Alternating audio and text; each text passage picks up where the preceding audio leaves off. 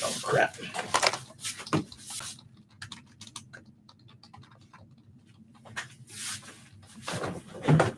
All right, ready? Yes. Oh, can you spread the screens there for me? All right. Better? Yeah. What's up, Atlanta? This is the Mouths of South podcast brought to you by Dirty South Soccer in the palatial 680 The Fan studio. Actually, this is a 1230 The Fan studio. Sorry, 1230 The Sports X. It used to be 1230 The Fan. Now it's 1230 The Sports X, where we broadcast our actual radio show. That's right. From 7 to 8 earlier. Yeah, let's emphasize radio show, 7 to 8 p.m. on the Sports X. Only soccer-specific radio show in Atlanta right now. That's right. Don't even bother calling because it's just, Lines are blowing up. Yeah. Every damn week. Lines are blowing up. Can't get through the phones. It's busy every single time. And it's all thanks to you guys. Now you sound like you're trapping all the listeners. No, No, I'm kidding. Actually, we still get to get a call. So we're hoping that the podcast kind of turns that around for us. We want at least one call after Atlanta beats Orlando, like 4-0. Who uses phones anymore anyways? Everyone wants to come onto YouTube and got an app. Chat. You can listen on the radio. Yeah. You can. I'll give you my phone number if you want it. You can text us there. He needs friends. Seriously. So we're watching in the studio NYCFC Red Bulls right now. NYCFC down to 9 men. And I'm sure by the time you finish this, or by the time you hear this, you'll have known how this game ends. We're actually watching it live. About 5 minutes left in the match, and 1-1. We would like for this score line to kind of stay the same. We don't want either team to win just because of the Supporter Shield standings. Atlanta United right now at 51 points. Top of the Supporter Shield, top of the East. Red Bulls at 48. So, again, a win for the Red Bulls would mean they would be tied with us. And I think in some they would be ahead of us on tiebreakers, right? Yeah. They would have one more win, I believe. Wouldn't that lock? Yes. The win is the tiebreaker. Is that the tiebreaker? Win? They would have one it's more not goal win. differential. That's right. Yeah, they would have one more because win. MLS. Because MLS, right. And the NYCFC at 47. So they wouldn't, on points, they wouldn't be ahead of us, but they would have equal number of wins as well. If that's the first tiebreaker, then that obviously not great. So we like both these teams to draw, we'd like them to draw against each other and go about it that way. This game has been pretty crazy, and it's living up to the hype of a rivalry, of a derby. That's right, a derby, not a derby. As Joe likes to call it. Derby.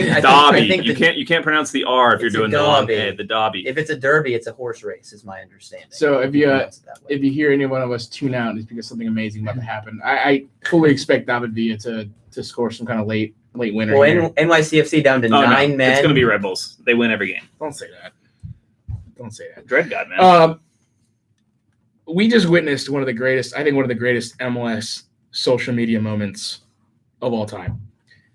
Atlanta United threw out something. We were in the middle of our show. We went to the last break, and coming back from the break. Well, in the break, we saw this tweet, and it's basically a they call it Super Martino Brothers, a Super Mario rendition of Atlanta United beating Orlando City twice this year already. Which is awesome. If you haven't taken a look at it, go check it out. It's fantastic work. I honestly, it's the best thing I think they've done on social media to this point in their very short history. How many Atlanta United digital members got stoned in a room to come up with this idea? I don't want to accuse anyone, but I can think of names off the top of my head.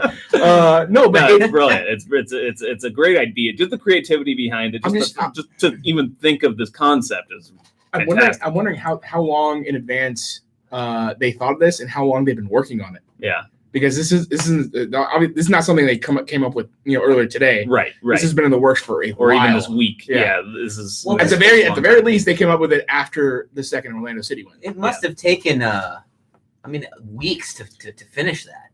I mean, that's some serious work. They were probably working on it, over the off week. It probably helps that by, I don't know if that's what we call it here in MLS or in soccer, but having that week off probably gave them some time. Is this something you guys as elite media members of MLS League Media can get to the bottom of? Because I just want to know the inspiration for it. Whose idea was it? Who I mean, I can ask some questions. I can. You guys can talk to communications. I can work my guys. sources. Talk to some I sources. just wonder whose idea it was.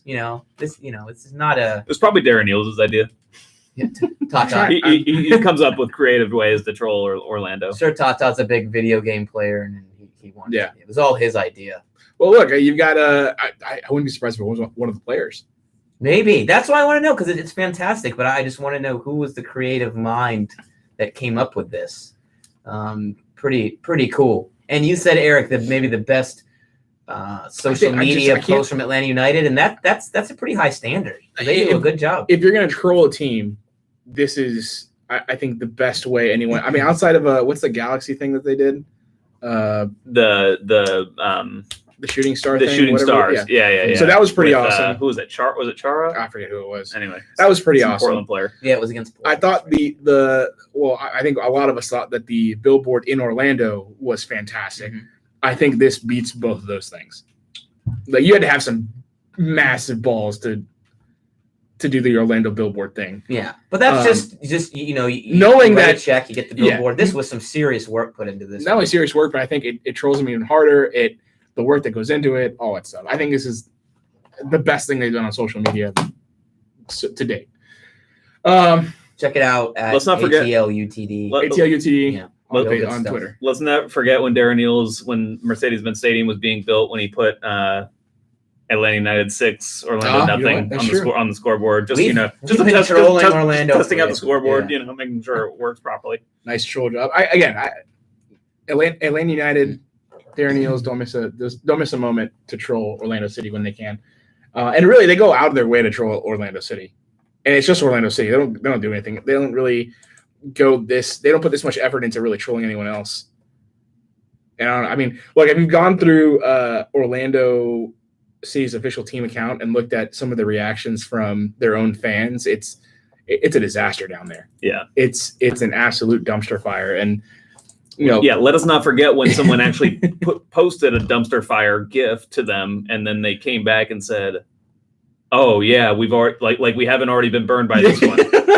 Or something why would you fight with your own fans? Why would you even admit that your own fans have already been burning you with the same GIF? Oh, terrible. Not good. So we'll hit on that. Orlando Hate Week. We'll take all your comments, all your notes, all your trash talk. On the chat, if you got it. It's Orlando Hate Week, and we're gonna certainly hate on Orlando. I just feel like Atlanta United has already won, really, so far. Atlanta United gets a 3-1 win over Columbus Crew on the weekend, Sunday night. Goals from Martinez to tie the record for most goals in a single season. You got a goal from Miguel Almiron, and you've got I think maybe the goal of the season from Tito Villalba, and I think it was a solid performance, start to finish. I'm not going to say it was perfect. I think there was moments in the first 15 of the first half, first 15 in the second half that didn't go Atlanta's way, or it stressed Atlanta United, I think, especially the back line. I thought a lot of their passes going forward were, for the most part, bad or just not great. But they got over that. They were able to obviously get the 3-1 win. Again, over Columbus. And I think this is the way that Columbus played is the type of team you're going to see, not necessarily in Columbus, but the type of team you're going to face come playoff time. Yeah. And regardless of the situation, I think it's going to be teams that have to come out and play you. Yeah. Stylistically, I agree. But I think that Tata also said it post-game. He talked about Columbus as a team that basically is a team that's going to play you for 90 minutes solid, and if you have a lapse at any point during those 90 minutes, they're going to punish you, and that's what happens in the playoffs too. In the playoffs, if you have a letdown, then that's when you get hurt, and we saw it in the Columbus game. Atlanta let their guard down coming back out in the second half, but and they were punished for it, but we were able to thankfully see us kind of take advantage on the other side of that half and score the goals to put the game away. So it was good to see that at the end of the half, or at the end of the game, I should say, because it's one of those things where when we look at the Toronto game, in Toronto, obviously the glaring mishap in that game was allowing the goal at the end of stoppage time.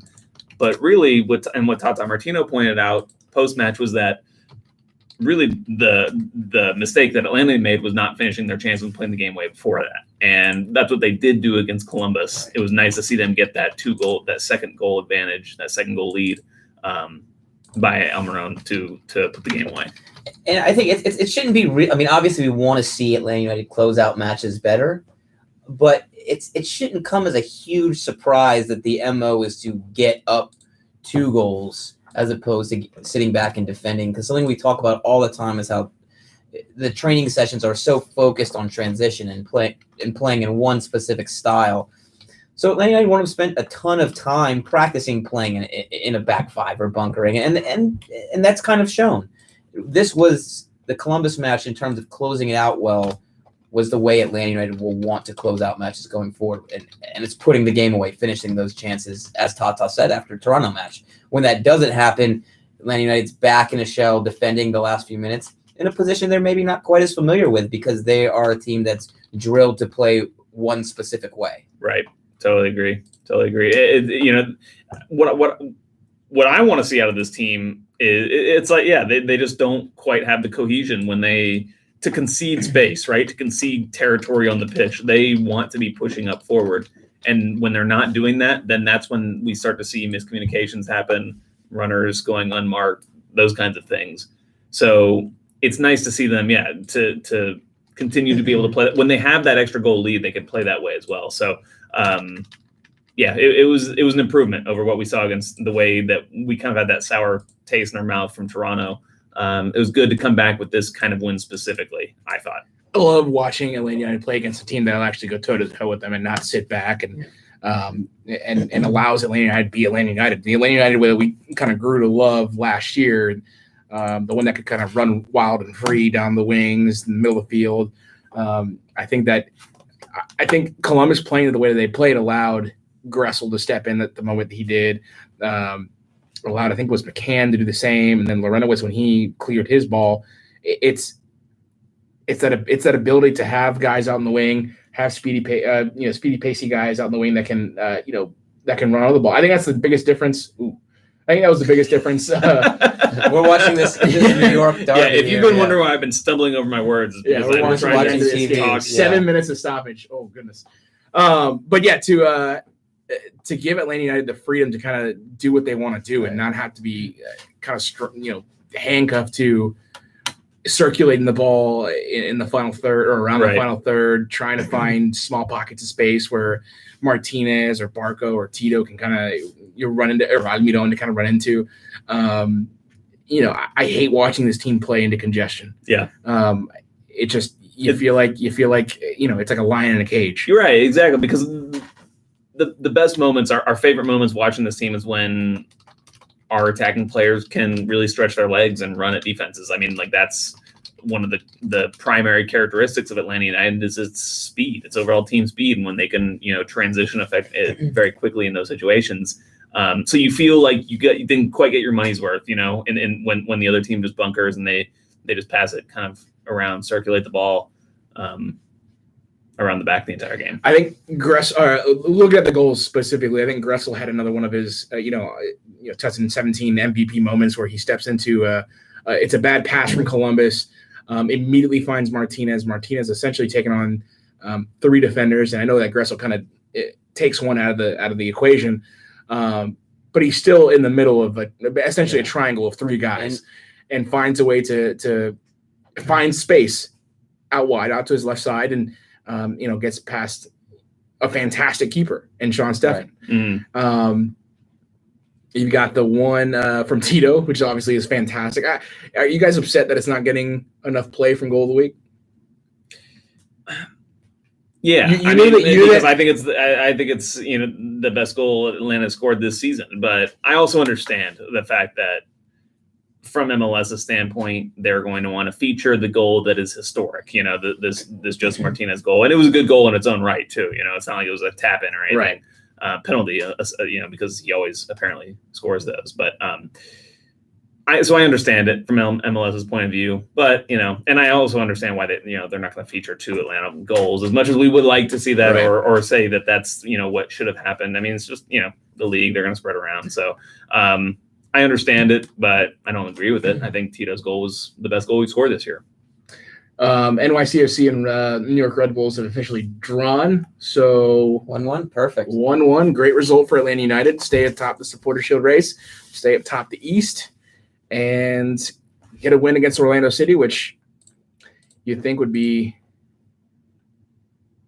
I don't want to say a sure thing, but it's going to be less of a struggle than I think a lot of us thought it would be. We were talking about on the radio show, and I've said it would be our worst loss of the season. It would. Even despite it being on the road or whatever, I just think they're in such bad shape, especially when you compare it to the kind of shape that Atlanta's in with not just players in form or whatever, but just the overall mindset of the team. You know, Atlanta is feeling so good. I talked to Chris McCann this week, and he talked about how, you know, the guys are just feeling like they can't wait to come in the morning and just to not even just to get on the field and play soccer, but just to, like, you know, see their buddies, see their friends. You know, they're having a really good time with one another, and it's just don't quite get those same vibes from Orlando. I can't speak to them specifically because I haven't, you know, it's not like I've talked to them or whatever, but it just doesn't seem like they have the same vibe going on, does it?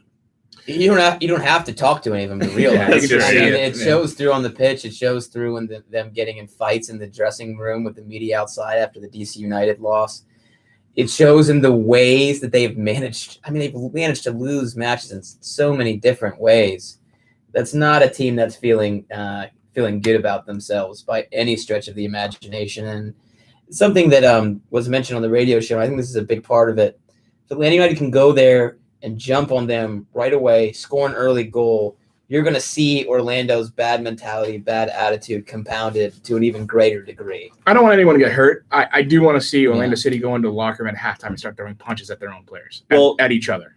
You know, speaking of getting hurt, that's how badly I want this game to go for Orlando. Well, I think we always talk about this. It's Question and someone else fought on the pitch when Atlanta came down there last year. I know it was Dom Dwyer trying to separate two players, or was he the one that got pushed out of the locker room? I forget what. Anyways, these are all things that were happening. All this has happened. All this has happened. They've had an absolutely disastrous season. Can't even keep track of it all. But speaking of players getting hurt, I do think that that is a very real risk for Atlanta United. Do you really think so though? Because I hear that and I sit there and I think I can't see professional players doing that. I can see them. Even say that about a lot of things I've seen. Even today with Red Bulls and NYCFC, you saw 2 red cards, but I didn't think there was actual intent in trying to hurt the other players. I don't think they would. They are going to go in like, I'm going to try to break Jose Martinez's leg so he doesn't score this, you know, record-breaking goal on us. But I do see them coming out as being like, I have something to prove to the manager. I have something to prove. You know, I have to you know, make a statement on this team. I'm going to go in hard. You know, I'm going to go in hard on these challenges. I'm going to play, you know, and just coming into the game with that kind of mindset. And that will, in my opinion, could lead to injuries or even serious injuries. And or potential red cards as well. I think composure will be the name of the game. Orlando City SC, particularly if they go down, they're going to have nothing to lose. The crowd will probably be on them a little bit. So they're going to be very tense. And then they'll probably be instructed to play physical and try to break up the play anyway. So if you come out with that game plan, it doesn't work. That's going to turn from tactical fouls to trying to slow the play down, and that's going to turn into guys just kicking out. I fully expect this game to be played at a snail's pace. There's no way that Orlando City is going to let Atlanta United play at the speed that Atlanta United wants to play. Now, I think that Orlando – here's the thing. I think Orlando would be dumb to try to do what Columbus did and try to play toe-to-toe with us, and I think that they want to do that. Yeah. But if James O'Connor is smart, he's going to be like, look, we're going to park the bus because that's our best chance to win this game. That's going to be super boring. But the thing is, with the way Orlando play, a lot of short passes, a lot of possession style. They don't play that way. It's going to be difficult for them, I think, to just completely park the bus and sit. Right. Which is why I think they're going to want to do that. They can't. You just saw what we did to Columbus. If you're James O'Connor and you just saw what we did to Columbus, how we ripped them apart on the wings, in the middle of the field, and that's a team in the midfield. Far more quality, individual quality. Yeah, absolutely. You can't look at that and go, we can do better than that, especially with how your season's gone. Well, plus they're terrible at defending. Do you want to sit back and defend when your defense is that bad? I don't know what the game plan is exactly. But teams that have played against Atlanta United who have sat back and bunkered, even last year, teams like DC United, even Houston. Look at Philadelphia this year when they sat back and bunkered with 9. Was it 9? Yeah. 9. Well, you can look at they still Seattle. they still did a really good job of making it a lot harder for Atlanta United to score. I think it's the name of the game for Orlando going into Friday is if we happen to squeeze out a victory, great. But we're looking at just strictly a draw at home because of how talented, how well coached, how good Atlanta United is. The only way we're going to do that if we're Orlando is bunkering. Just based off how Atlanta's played. Because if you try to spread the field with Atlanta United, they're going to tear you apart. I think they're just screwed, man. I do too, but I'm just trying to think, like, if I'm going to put myself in, I guess this is hate to think that if the best chance you have is to hope for a draw and bunker because you have no other option. I mean, look, you had a moment in a game where there was no keeper. You had Will Johnson, who all he has to do is kick the ball forward, and somehow they lose the game. Oh, the DC loss. Right. That's like a dime a dozen. I mean, they've been shooting themselves in the foot all year. And then you give that goal to the smallest player on the field. Yeah, Acosta makes a header. But here's my thing. Okay, so if Orlando City is going to bunker, if you go to whoscored.com, which is a great website for stats and all that thing, and basically based on statistics, they will amass a team's strengths and their weaknesses. And we've reached a point in this season. Oh, this is pretty funny. Where the sample size is large enough where you can make some pretty good conclusions from the stats. So among Orlando City's weaknesses defensively are defending set pieces, defending against attacks down the wings, defending against through ball attacks, and defending against counterattacks. Aerial duels, stopping opponents from creating chances, avoiding fouling in dangerous areas, and avoiding individual errors. What are they good at? Okay, so it's great. Very strong. Creating long shot opportunities. Great work. Coming back from losing positions. As we all know, Orlando has scored first in like 5 games this season, so that's a big part of it. Plus, we saw them coming back from losing positions twice against DC United. We know how that turned out.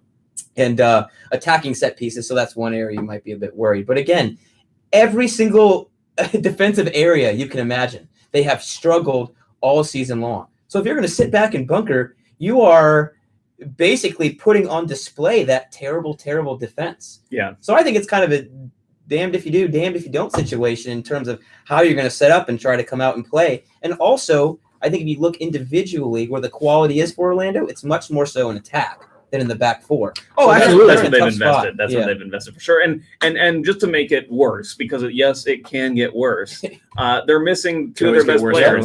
They're missing Yoshi Otun, who's without a doubt their best overall all-around player. Question. And then you're also missing his midfield partner in Christian Higuita. And not just important players, but your 2 center midfielders that are performing the base. So it's not just 2 important players; it's 2 players in the exact same that play a similar perform a crucial function in the team. So, it's like not having Laurentowicz or Remedi, basically for Atlanta United.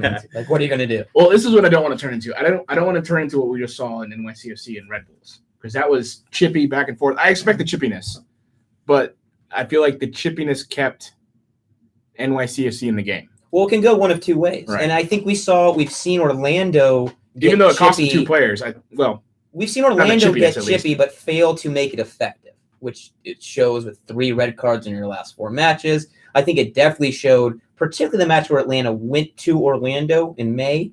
That was another match where they tried to play physical and they couldn't do it. Sometimes when you play physical, you look weak because it looks more so that you're playing physical because you're frustrated and you're trying to distract from your obvious shortcomings in terms of your quality and ability to play the game. And that's what I see with Orlando. I don't see a plan of physicality. I don't see this is our game plan. We want to go out. We want to play physical. I think it's just something they resort to because they get so frustrated with how poor they've been. Patrick Hansen in the chat. What's the over-under on items thrown on the field after Orlando loses? Oh, man. I hope lots. I hope it takes up the rest of their stoppage time again like last time. That's the thing. It's definitely not just like 1 or 2 because these things come in bunches, you know. Does it get bad? I'll put it this way. Does it get bad enough to where they have to basically stop the game? Ooh. And yes, I will say yes. It'll happen on a corner for sure. So game ends before after the 70th minute. This is ridiculous, but just play with this. Game ends because of trash in the field. You mean because of the game rowdy gets called? Yeah, done. Oh, I don't think that'll happen. Oh, see, I want that. That would be Oh, I great. want it to happen. That'd be I amazing. want it to happen. Here's my Joseph scores. It's gonna be glorious when he breaks the MLS single season record In in Orlando, right in front of the wall. Yes. That's where you might see some things I thrown. want. Oh, that'd be awesome. I want him to stand in his pose. Yeah, Right in front of the wall. me too. That'd be fantastic. Score on that end, please.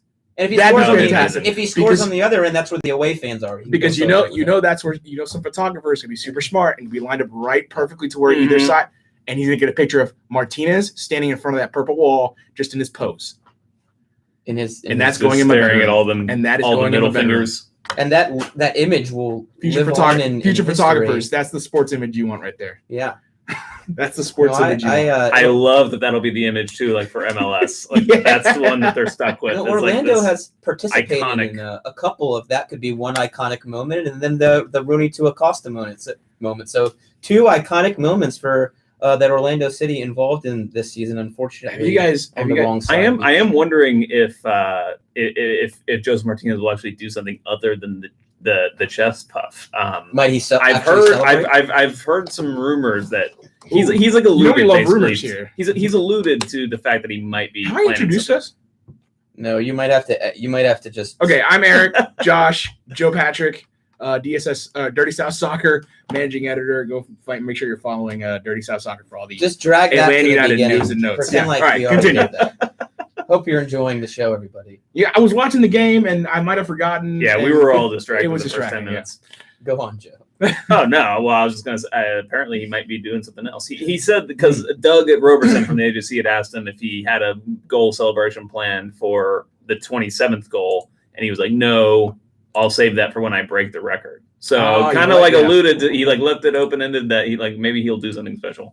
For those that were wondering, the whole ball in the stomach and because he did the ball in the stomach and then the stuck in the thumb, right? And that's usually to indicate a baby. wag is pregnant or just Yeah. been born or something like that. Yeah. I know a lot of us were asking the same questions, right? So apparently his aunt is Auntie. pregnant. Yeah. And I guess in the States, He I think said she's in the he said States. she'd been pregnant for a while and he wanted to save it for a really There you go. important Yeah, that's goal what it was, to make that statement. I personally, can we talk about Tito's celebration? I no idea what that was. I but I loved it. I don't know. It's like, I it think, was- but see, he's I like think he was weaving the trolling. cones. I think he was trolling Columbus. Yeah, weaving yeah, it yeah, out yeah. of players. Although he Maybe. didn't. I mean, he weaved it out of what, one player, but still, That was a good celebration. It looked like it was like a mobile game of dice or something. He just- like that. He The like way put his it other was, hand on his hip too. Yeah. Like it was so weird, but I loved it. By the way, I also think adding white wrist tape to a winger just makes you better. Oh right, absolutely. That's true. I never thought about I don't know that. what You that get does, but- a little swag. Yeah. It shows off a little individual swag when you do the wrist tape. Yeah. I didn't think about that. Maybe that was the key. That Mhm. was the key to his success. That's what led him to scoring. It's similar to like, Allen Iverson had the sleeve, like so Okay. it's just like a Yeah. swaggy kind of It's thing. hard to imagine Joseph doing a different goal celebration though. He's just done the same one for so long. It's hard to imagine him like doing something. The great Crazy. thing about Joseph is the only time his celebrations are veer from the usual are when he scores a lucky goal that comes from his like the two ones I remember him celebrate kind of just smiling going to celebrate with his teammates were the goal in LA against the Galaxy where the ball just caromed off the post and bounced back off of him, and then I think it was Philadelphia where he scored a goal like that. That's the only two times I've seen him actually go not just stare as when it's just a lucky goal. And, Yeah. and he knows it's lucky. He wants to go celebrate with his teammates. Yeah. I like to, it's funny. He loves to celebrate goals. He just doesn't do it for his own goals. But like on Tito's goal, he was like jumping on top of the dog pile. Almiron's goal too. I Yeah, think, yeah, where- yeah. Maybe it's that one. Yeah. And then obviously he does the fusion whenever they, The fusion, yeah. it's always fun. That's So. I was so. How happy were you guys for Miguel? When he so scored? much. And that goal was so important, I think, for him from an individual standpoint. And I said this a week ago. I thought once the goal comes, you're going to start to score in bunches. I think we're I going to see hope so. 4 or 5 more goals from him over the remaining matches. And my big issue wasn't whether he was scoring or not, because I know he contributes so much more than just the ability to score goals. He does have the ability. He's just not scoring right now. My bigger issue was these high expected goals or whatever. Right. Those are the ones that he was missing. Well, it shows And he's not just not scoring; he's missing chances. big chances, Yeah, big and chances. they're supposed to be, the higher the expected goal, number, the easier they're supposed to be. So those chances that he was missing, those are the bigger problems. If he scores 1 or 2 goals over the course of a month, that's fine. Yeah. But when you miss the goals that you're missing right in front of net, going sideways off the foot when you essentially got an open net and missing badly. Yeah, stuff like that. Yeah. That's what worried me more. Right. Not so much that he was not scoring, because again, for a player like him, that's going to come and go.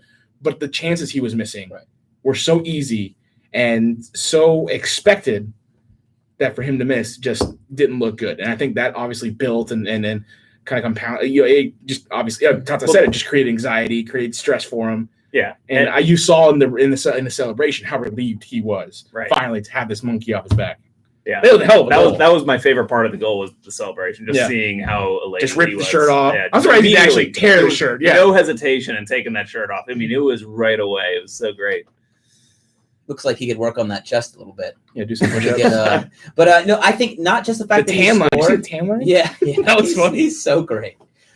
Not only the goal was important, but how it happened was important, because you received the ball from your leading goal scorer. I mean, Joseph Martinez probably could have had a shot there, and instead he decides to pull it back. He showed confidence in his teammate, and you guys talk about him being anxious. So not just scoring, but also seeing that the leading scorer on your team, your best goal scorer, your player that's been putting those opportunities away all season that Miggy's been missing, he still has the confidence in you to pass up a potential record-breaking goal to give you the shot. So not just does Almiron get the monkey off his back with the goal, but I think the way it happened is going to make him feel even better and confident. Him giving up that shot is more a product of him being tired. He said that after the match that I was tired. I couldn't. Yeah. Like if you pair the comments, if you pair the comments with what happened, if you pair the comments with the video, you see that he's in a position where it's gonna take a big effort for him to get around his defender. Whereas there's Miggy, and the thing about that goal is that it's exactly what Tata wants. You hear what he asks in Tata about how you don't need to be involved in the build up all the time. How you can just kind of be more patient and you give us a lot more than just the build-up and trying to score. Well, there was Miggy not involved basically at all in the play, and then somehow appears out of nowhere. I completely forgot he was running with everyone. Yeah. And then there he was. Martinez lays it off, and there's a goal for him. And that's how he's going to score. Yeah, it's team goals. And going back to what you were saying, Josh, it was funny. I asked Gressel today when I was at training. I said, is it like, are you guys ready for this record to be broken? Because from my perspective, I'm tired of asking about it. And we have editors and stuff that make us ask about it, or at least we're around other journalists that have editors that make them ask about it. So it's just annoying. Was he sick of it too, or? Well, that was the thing. No, he was like, because I was like, he was like, it's not that big a deal because we don't ever talk about it. It's like not a thing for us, which just goes to show, that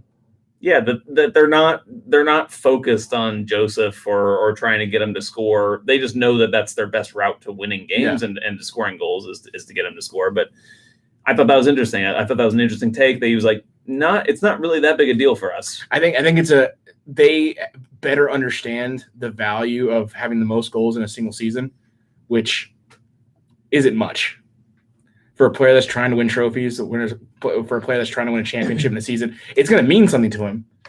But when you think about what it means for the team, what it means for the season, sure, it's a great accomplishment. I'm not taking anything away from the accomplishment. It's fantastic, but it's not the ultimate goal. And I think that's what they're worried about. We're more concerned or more focused on now is the ultimate goal of Champions League, of winning MLS Cup, of having a great playoff run, whatever it is. Well, I mean, we know what it is, but those are at the forefront of their mind, not so much this record, which... And I think the reason that is, Eric, the reason the team has remained so focused is because of Joseph himself. When he says, I don't care about the record, I care about winning, I believe him. I really do. I mean, obviously, that's like a common thing that you'll hear about these types of, players approaching individual accolade like that. But I really do believe him. And that pass back to Miguel Almiron, I mean, I know he said he was tired afterward, but that on that goal shows you all you need to know. I mean, Joseph Martinez, he wants to score because it helps the team win.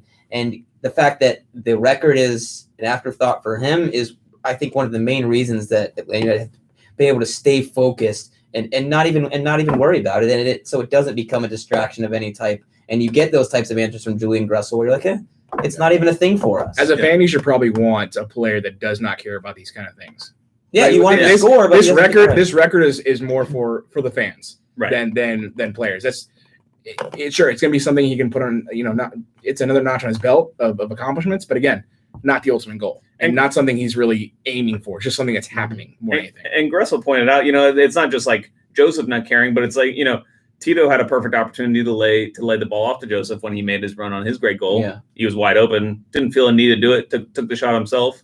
And then obviously, Joseph laying the ball off. So, and that's what makes the team flow so well is that, it's just full attacking freedom and they're not bogged down by this where other teams can be at times, I think. Did you guys happen to see James O'Connor's response to being asked whether he wants the record to be broken in Orlando? Cringeworthy to watch.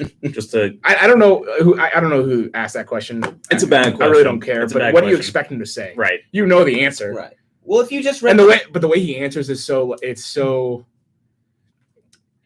you have to watch it and see his reaction. If you just read the transcript, it would make sense. But look at that man's eyes. How he says it. You can see fear in he the knows eyes. it's going to happen. And he says, like, well, of course we don't want him to score it's here. like, well, I would prefer that he doesn't, but, we'll see We're what happens. more focused on the win. Like, he quickly diverts, but it's just this, of course I don't want him to score. And he here. also, who would? And he also left it very, open-ended, if he does, it's not the end of the world. Yeah, exactly. It's like... It's that acceptance, he's probably going to do it. But I think little things like that show you how quickly things can go awry for Orlando. That you would say that you would say, but if he does score, it's not the end of the world because you know that your team may treat it as the end of the world because we've seen this team implode time after time, including the 2 matches against Atlanta this season. Here's the thing: if Atlanta's, I want him to score, but you need him to score first because if he scores second, he's not going to care.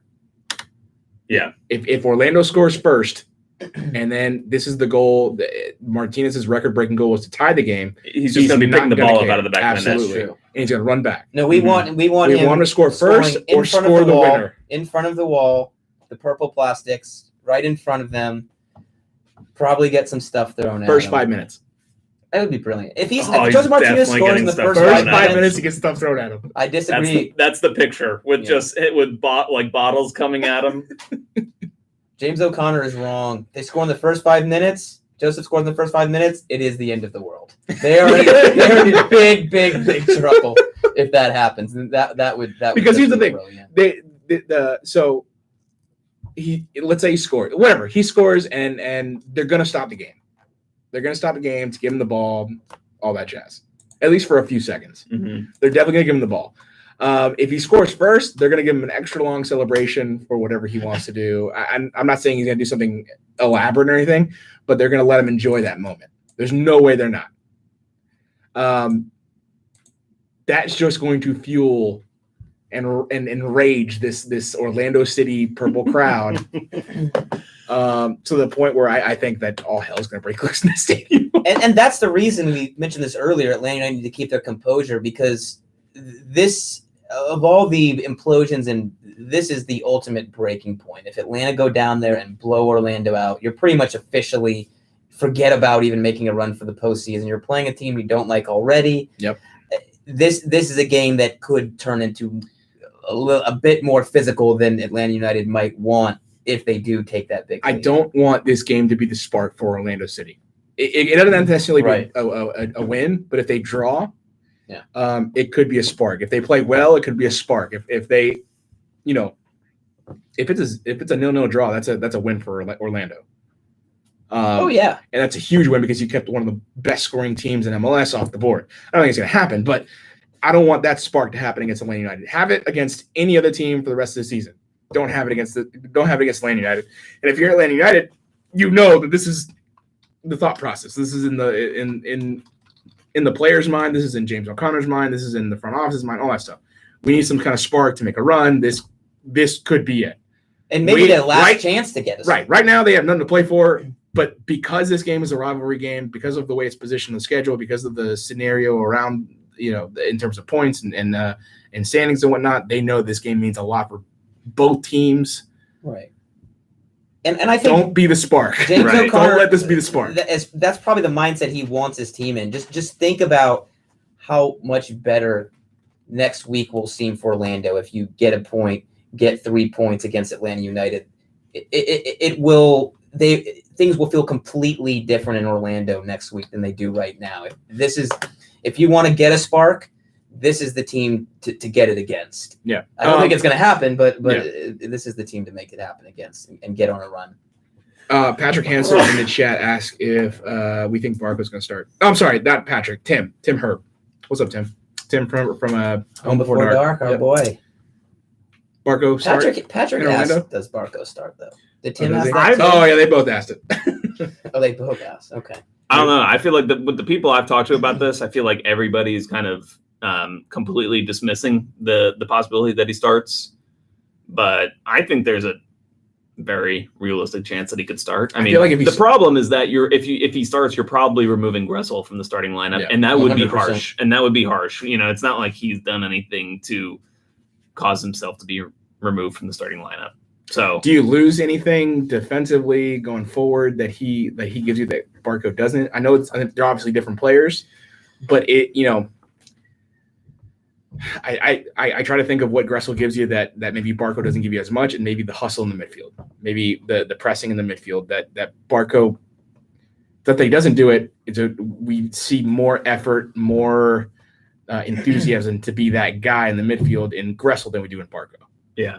Barco's all about moving forward. I just think this game is going to be one that sets up well for Barco, to be honest. I think, if Orlando is kind of playing deeper, playing more in a shell, I think that's the kind of game you want Barco in. Although, Gressel obviously serves a good ball from the wide position as well, and that can help in those situations. But I think, and the main reason you would want to bring in Barco is so that you can move Tito Villalba to the right side, where he showed against Columbus that he was much more effective than playing on the left. When he plays on the left, he just plays slower. He plays a slower game, which is normal for a player who's a right-footed player playing on the left side. They're going to be playing more in those pockets, right? In the channels, trying to find little spaces where they can pick the ball up and get a shot off or a through ball. He's almost a different player on the right side. Yeah, on the right side, he's able to utilize his best attribute, which is his raw speed, both with and without the ball. I do love how he did play on the left, where he's taking players on 1v1.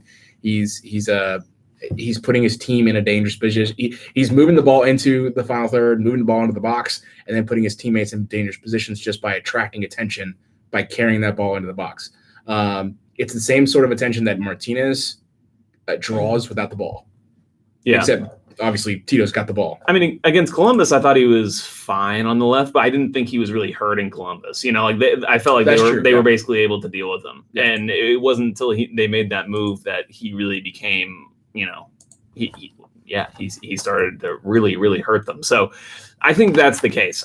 I would edge toward just keeping the same lineup, keeping Tito on the left. And you can always make that switch again. Obviously, they know that it kind of works. It worked out well against Columbus. It could be something that works out well again. I don't know. I think we've talked about this in our writers' room on Dirty South Soccer, and I think Rob is right. Rob Ushery, in that it just sends like a really bad message to the squad if you take out a player like Gressel who hasn't really done anything to lose his place. I was gonna say, do you kind of keep it the same until it breaks? Yeah, I think because at least until you have a reason to move. Like, for example, if they go down 2-0 early on to Orlando, maybe then you make a change. I don't know. I can't even imagine that situation happening. But I'm saying, like, until it breaks and you have a reason to maybe make a change, you don't make a change. Sure. Yeah. Barco maybe hasn't fully. I don't understand why you put him on the. Never mind. I understand, but I feel like if Barco is ready, if he's fit, I feel like he should probably be on in the starting 11. But if not, then I wonder, it's either one of two things. It's either he's not fit or he hasn't earned the trust of everyone back on that team, or whatever the case is. Yeah. I see. I don't think that it's that much about his reintegration in terms of. You think he's reintegrated? He's good to go. I think he is. I think he's just. This is totally in terms of match fitness, match sharpness, match form. Close to 2 months. Yeah. I mean, suspension. So I think you can make the case for Barco. I just don't quite buy it. I mean, I could buy it, but I would just prefer to keep it the same. The thing is, at some point, it's going to happen. I do agree with you with the message, though, that it sends a bad message to take a guy like Gressel off, who everyone loves, who has incredible work rate. And I mean, he helped Joseph score that. Yeah. He assisted Joseph. He's the on his reason goal. the goal happens in the first place. Right. But at some point, I think It's gonna happen, yeah. at some point, Barco is going to start. I think we Yeah, can, for sure. And Gressel is going to be the one that sits. I mean, it's not going to be Tito. You prefer to have Tito on the right, unless you're going to play Gressel in the middle. There's no place for him. He's an amazing sub. It's like we're talking about someone who has like a terminal. Yeah, it's gonna happen. Yeah, we have to come to grips with it now. That's right. This is. I'm trying to think of where else. Because outside of just a straight up, you could go 3 in the back. Unless you go 3 in the back, Which but I don't know if they want to do that. And maybe you go and you put Tito and the free roll underneath Joseph, basically, and then go. But Because you're playing Barco as a wing back, potentially. So I mean, it's a good problem to have, but it's going. Champagne Tata problems. has a tough decision because he has a player in Ezequiel Barco who is objectively, I think, he can do more things than Julian Gressel. He can do more productive things, but Gressel has done nothing in that winger position to lose his spot. So it's a really, really tough call for Tata. And I think when he does turn to Barco, he's going to have to find a way to smooth that over in the dressing room, especially if Barco is a player that's regaining trust, and the guys might, well, why are you benching Julian Gressel for a guy that you suspended earlier in the season when Gressel's playing so well? My thing is, I don't want. I think long term when it comes to Gressel, because I don't think he's, at least not yet, he's not ready to leave MLS anytime soon. I'm not saying he couldn't go somewhere to Europe or whatever, but I think that's 4, 5, 6 years down the road, maybe. I wouldn't want to lose Gressel because of some sub issue where you feel like you have to play Barco because he's the $15 million man.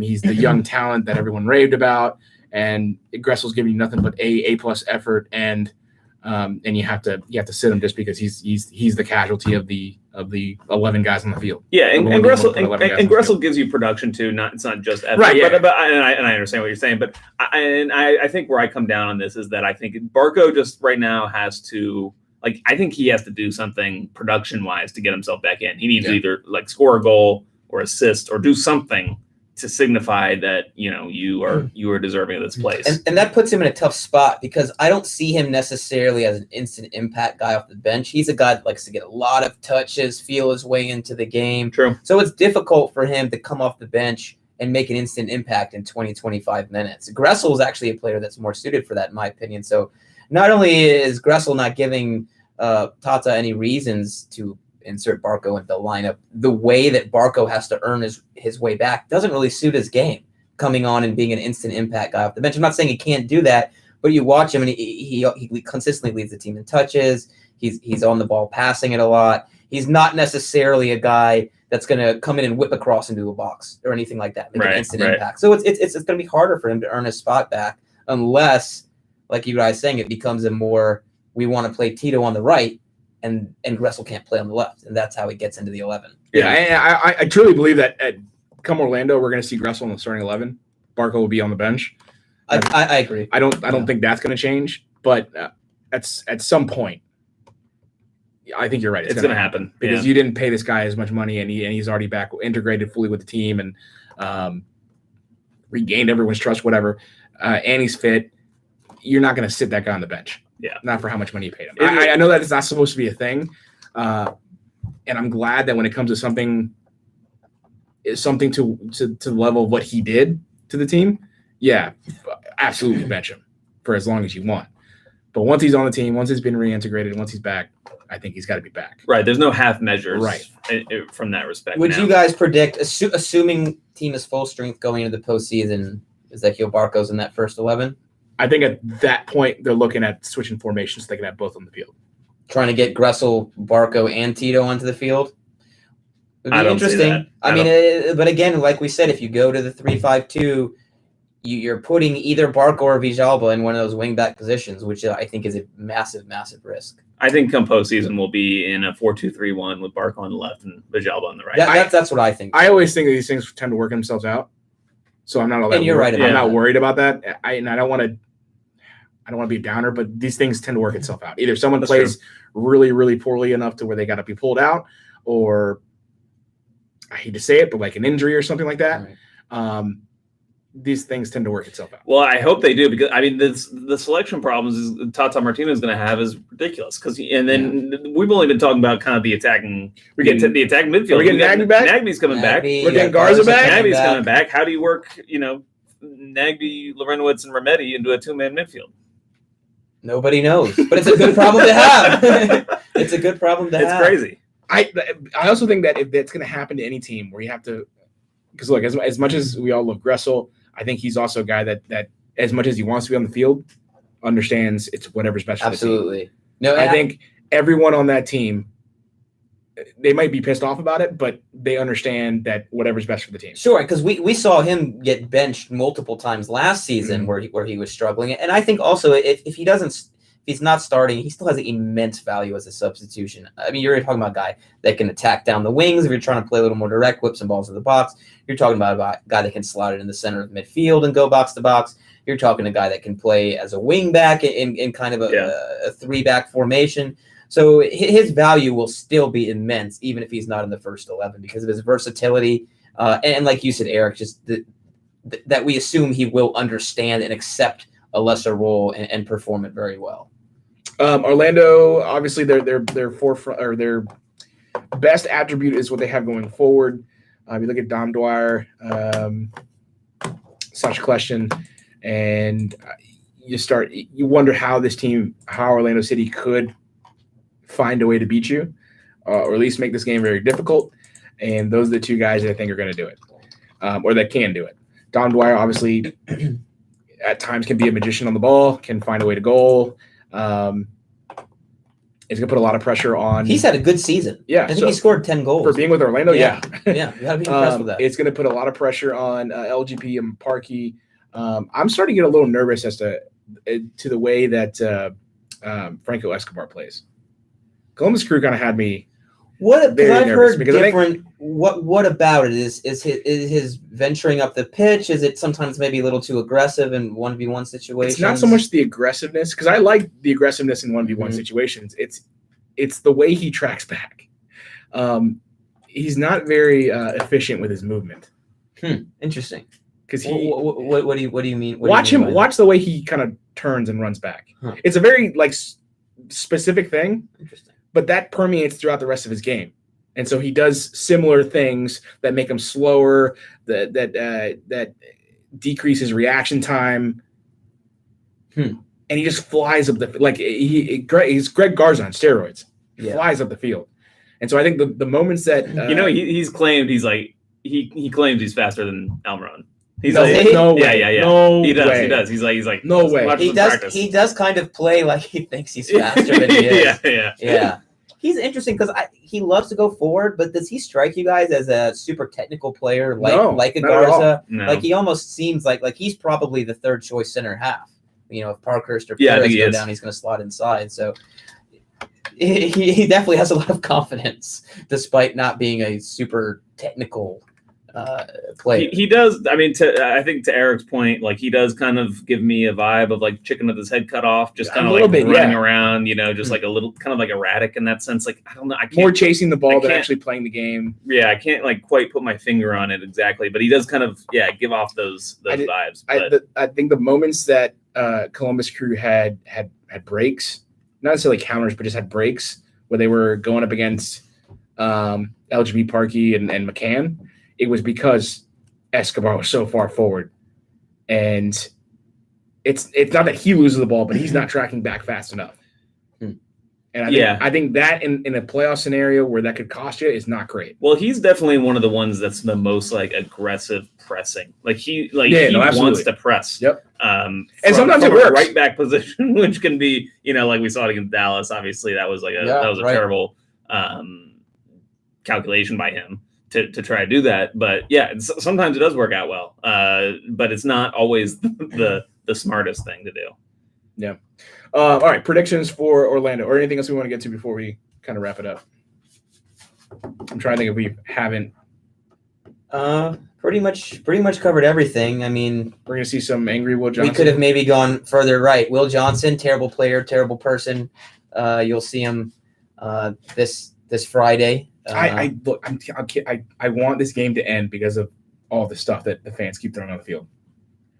This could be a beautiful 90 minutes of soccer. I can't wait. We're gonna see. I want to see Friday night. You know something weird's going to happen. Oh, on you know Friday they're gonna pull night. the alarm. Oh no! When are they down there? Are they down there Thursday night? The team travels. Atlanta? Yeah, Yeah. team's down there Thursday. Okay. They're gonna find out what the hotel is. They're gonna pull the fire alarm. They're gonna do crazy things. Feel free. If they don't, they That happened last time we went. Yeah, down there. if they don't do that, then they just completely give it up and they don't care. Yeah. I mean, the team is The giving up and fans, doesn't the fans. care. That is, The fans are somehow a better embodiment of the spirit they want in the team. You know, at least you're upset if you throw stuff on the I'm field. excited not for just despondent. I'm excited for the tifo that they show because whatever it is, it's going to be ridiculously off. Oh, it's definitely going to be And the- about and- Barco. It's definitely going to be. Oh about yeah, Barco. you know what? I'm kind of definitely looking gonna be forward to that. Did you guys I want to see Did that. you guys see the peach the King Peach kit, the Mr. Steal Your Girl? Yes, That That was awesome. There's a Oh custom yeah, Barco kit. yeah. A Mr. Steal Your Girl. Goodness gracious.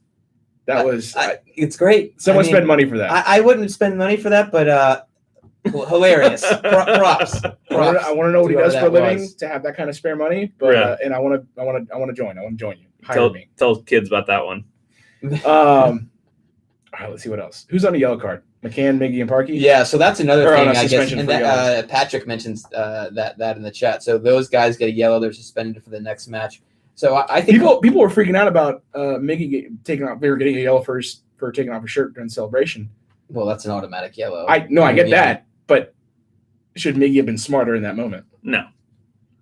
I mean, truly don't care. Yes, Yeah, he yeah. should have, but I mean, there's a reason guys still take their shirts off. I guess after people are goals upset. despite I guess it being people are an upset automatic that Guzan got his yellow for time wasting too. which Tata was very pleased with. Yeah. He was like giving Yeah. giving the guys credit for doing Yeah. that time Oh, wasting. same with Tito. Tito got the yellow too. Yeah. For Well, he took about 2 Yeah. minutes to walk off the pitch. I He's think like running in place. of the three, that was the most deserved because that was the most blatant. That was incredible. And he didn't get the yellow until he reached all the other. He hugged two guys, and he didn't get the yellow until he walked He's off the amazing. pitch. I love Yeah. Tito. Here's the thing: he never actually looked over. Neither he was neither acknowledged by the referee nor looked over. And I don't know if anyone told him he got a yellow. And I Yeah, wonder if he knows. yeah. Hopefully, at this point, he does. I'm sure someone told him, but I wonder if he Yeah. really knows. But go ahead, Joe. Well, no, I was just gonna say, hopefully we can get these guys through. I want these guys to get through Orlando. These guys who are on the yellow card suspension to get through Orlando, so that they can play DC. Get the yellow against DC, so that if Against they're Colorado. sitting out against Yeah. Colorado, or maybe, get it against Colorado and miss San Jose. yeah, either one of those. Yeah. So get through this period. And we have, but with Barco, if Miguel Almiron misses the game, we've got a guy like Barco who can come in. So yeah, things work themselves out, like you said. Who are you most worried of those three getting a yellow? Because you've got McCann, who's known for chopping guys down. Parkey a bit slow, so maybe a tactical foul, pulling someone down. And then Almiron, who just kind of seems to be in the middle of everything. I feel like gets it for stuff like that. Yeah. McCann, I feel like McCann is is Butcher. Parkey's too smart to do something like that. If Parkey takes a yellow, it's because he had to. Yeah, I think exactly. Yeah. right.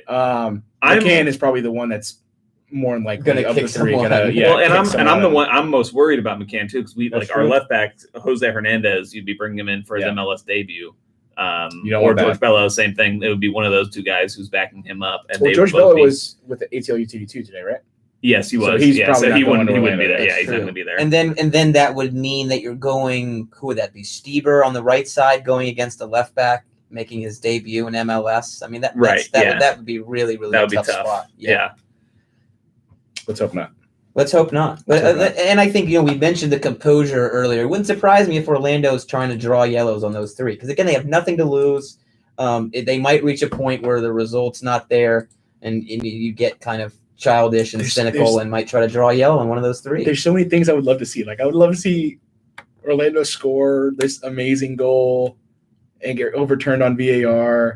something super. That's the other thing. Super like unspecific. A really tough year when it's come to VAR. Not necessarily. I mean, they've had a couple calls go against them. The Columbus penalty kick being equalizer in like the 90th minute. That was clearly not a foul, being the most hilarious one of all. But it just seems like every time they go to VAR, it goes against Orlando. We've got red cards, goals being called back. Keep offside. It coming. It's been brilliant. Keep it coming. We talked about this last week, Eric. I've gotten so much satisfaction cheering against Orlando all year. Almost we watch every game. Every single. It's unbelievable. I was disappointed. They had more rest and everything. I was almost disappointed I couldn't watch them this weekend. Yeah, I missed them. I was upset that I couldn't. Well, they're on a 12-day break, right? Yeah. You think the 2-week break between Toronto and Columbus was hard for losing United? that way. Imagine losing to DC United like that. I mean, their games are legit entertaining as hell. Like, God. they're like the craziest stuff happens in those games. Absolutely wild. Yeah, and hopefully the crazy stuff is all going against them, and it's not one of their wild 3-3, 4-3 matches we've seen this year, because they do have some quality going forward. Do we want to do, before we get out of here, anything else? That's good. Nope. Twitter handles, etc. Do we want to do some kind of contest giveaway for anyone that's been listening? Didn't we get some winners on the Jabroni thing? We did. Oh yeah, you know what? I meant to bring that up. Oh man, maybe we get that. We next wanted time. some listeners to Yeah, we had two. We had two winners. Both gave me great descriptions as to where it was Jabroni, and it was in regards to. I think the origins was more started to in regards to women not marrying certain men, and they would call those certain men jabrones. Oh. I think that's what it was. I'll have to read it. We'll get into it next time. That sounds like something you put some fries in. Remind me. Anyways, their prizes should already be delivered. One got a hat, the other one got a shirt. So do we want to do another one this week? Sure. What is a good question that they can something related to this podcast? Could just be what is the worst thing about Orlando? Just best answer? Yeah. What best answer, yeah. What is the worst thing about Orlando? It could be anything. It could be how it's a horrible city. It could be how their team sucks. It's got to make us laugh. It got to make us. Yeah. Got to make us laugh. Yeah. You could just make a North Florida joke. I mean, there you can go so many ways with Okay, this. super broad, but we'll go with it. Yeah, And we'll but pick a winner. Look, you could based on some broad criteria. Couldn't possibly give you better material than this. This is a layup for all of you listeners out there. We'll give it to two people. So two people that give us the best answers to that question, we'll send you. We'll let you pick between a couple things. MOTSpodcast@gmail.com. That's where you can send our emails or send those answers to. If you have any questions, comments about the podcast, send it there as well. You can find me at Eric G. Quintana. You can find the podcast at MOTS Podcast. Josh, where can they find you? You can find me at JoshB914. And Joe? I'm at JPatrick200. And plug all of your stuff. Let's see. I also have a podcast called Five Stripe Final. Mhm. And I believe it's an H-Dad is my Not a podcast. Get it right. We're a podcast. Correct. You are not a podcast. You guys really thought everyone Don't lump yourself into this club. You guys have really walked back the H-Dad. You guys are really good at this. You guys are really good at You this. really walked that back. You thought people would forget. Nope. They're all going to be H-Dads by the end of the year. Everyone will have H-Dads. Oh boy.